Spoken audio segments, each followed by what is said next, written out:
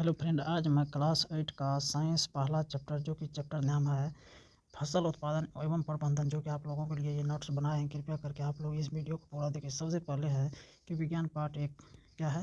तो जब एक ही किस्म के पौधे किसी स्थान पर बड़े पैमाने पर उगते हैं उसे क्या कहलाता है? फसल कहलाता है। जैसे धान गेहूँ मतलब क्या, एक से अधिक बीज होते हैं उगते हैं, उसे क्या कहते हैं? फसल कहते हैं। मिट्टी तेराई करना, बुनाई, खाद एवं उर्वरक देना, सिंचाई, खरपतवार से सुरक्षा, किटाई तथा भंडारण के सभी किसानों को द्वारा उपयोग में लाए गए क्या कहलाते हैं? जाने वाली कृषि क्या है? पद्धतियाँ हैं। ये सब क्या है? काम पद्धतियाँ। उसके बाद मिट्टी को उलटने पलटने एवं पोला करने की प्रक्रिया क्या कहते हैं? जुताई। उसके बाद है वे पदार्थ जिन्हें मिट्टी में पोषक स्तर बनाए रखने के लिए मिलाया जाता है उन्हें क्या कहते हैं? खाद एवं उर्वरक कहते हैं। जैव खाद बनाने के लिए अपशिष्टों का अपघटन सूक्ष्म जीवों के द्वारा होता है। वैसे खेतों में लगातार फसल उगाने में खेतों में पोषक तत्व की कमी हो जाता है। हाँ, तो उसके बाद है कि यूरिया, अमोनियम सल्फेट, पोटास, ये सब क्या उर्वरक है, मतलब खाद के रूप में काम करता है। उसके उर्वरक फैक्ट्रियों में बनाया जाता है, जो कि खाद जैविक प्रक्रिया द्वारा बनाया जाता है। और केंचुआ एवं सूक्ष्म मतलब जो कि है अभी केंचुआ सूक्ष्म जीव मिट्टी को उलट कर पोला करते हैं तथा ह्यूमस बनाते हैं तथा रासायनिक प्रक्रिया तथा मिट्टी की उर्वरकता शक्ति को बढ़ाता है। केंचुआ भी काम करता है, मतलब पृथ्वी के अंदर ऑक्सीजन ले जाता है ज़्यादा मात्रा में। उसके बाद है कल्टीवेटर के उपयोग में श्रम और समय की बचत होता है। फसल में अदल बदल कर बोना फसल चक्रण कहलाता है। उसके बाद राइबोसोम जीवाणु वायुमंडलीय नाइट्रोजन का स्थिरीकरण करते हैं। उसके बाद मोट चेन पंप, ढेकली और रहट, ये सभी सिंचाई के परंपरागत तरीका है। उसके बाद खाद में हुमस की मात्रा होने के कारण उससे मिट्टी में जल धारण की क्षमता में वृद्धि होता है। उसके बाद है कुएं, जलकूप, तालाब, झील, नदियाँ, बांध और नहर आदि सिंचाई के मुख्य क्या स्रोत है। उसके बाद है कि छिड़काव तंत्र, इस विधि का प्रयोग असमतल भूमि के लिए किया जाता है, जिन्हें जिन्हें क्या कहलाते हैं? जहाँ पर जल का काम मात्रा में उपलब्ध होता है। अगला तीसरा पेज है कि जब हम एक ही ज़मीन पर बार बार पौधे उगाते हैं तो पौधे मिट्टी में से पोषक तत्वों का सोख लेते हैं, जिससे मिट्टी में उन पोषक तत्वों की कमी हो जाता है। ये सब मेन पॉइंट है, जो कि फसलों में पौधों के लिए कुछ अनचाहे पौधे भी उगाए जाते हैं, जिन्हें इन पौधे को हम खरपतवार कहते हैं। उसके बाद है फसल उत्पादन को हानि पहुंचाने वाले जीवों को मारने वाली रासायनिक दवाओं को पिंडनाशी कहते हैं। उसके बाद यह मशीन जो हार्वेस्टर या थ्रेशर दोनों का कार्य करता है उसे क्या कहलाता है?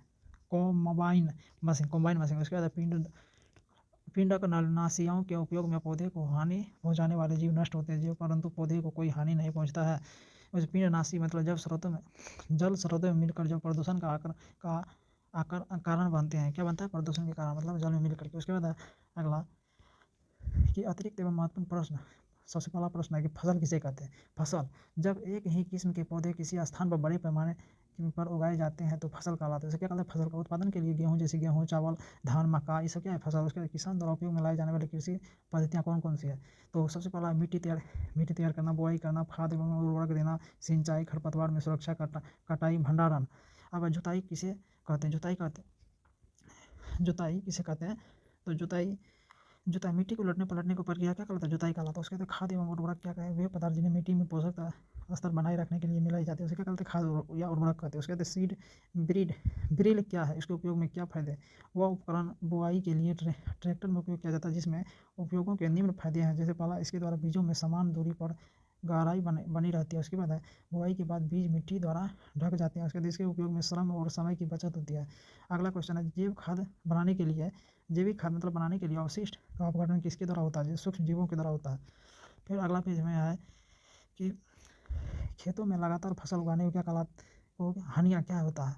उसके बाद खेतों में लगातार फसल उगाने से खेतों में पोषक तत्वों की कमी हो जाती है। उसके बाद अगला क्वेश्चन तीन उर्वरक के नाम लिखे, जैसे example urea, ammonium sulphate, potash. उसका अगला क्वेश्चन है कि खाद और उर्वरक में क्या अंतर होता है? खाद और उर्वरक में अंतर। खाद में क्या होता है? खाद एक जैविक पदार्थ है, यह अवशिष्ट को मिट्टी में दबाकर बनाया जाता है। उसके बाद इसमें सभी प्रकार के पोषक तत्व पाए जाते हैं। अब उर्वरक क्या है?